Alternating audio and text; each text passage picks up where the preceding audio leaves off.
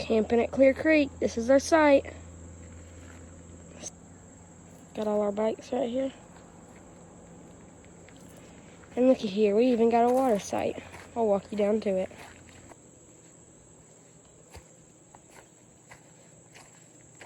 Got a nice little beach down here. It's kind of a drop to get down here. Hey, ooh, look how pretty the water is. It's so smooth and clear. Anyway, yeah.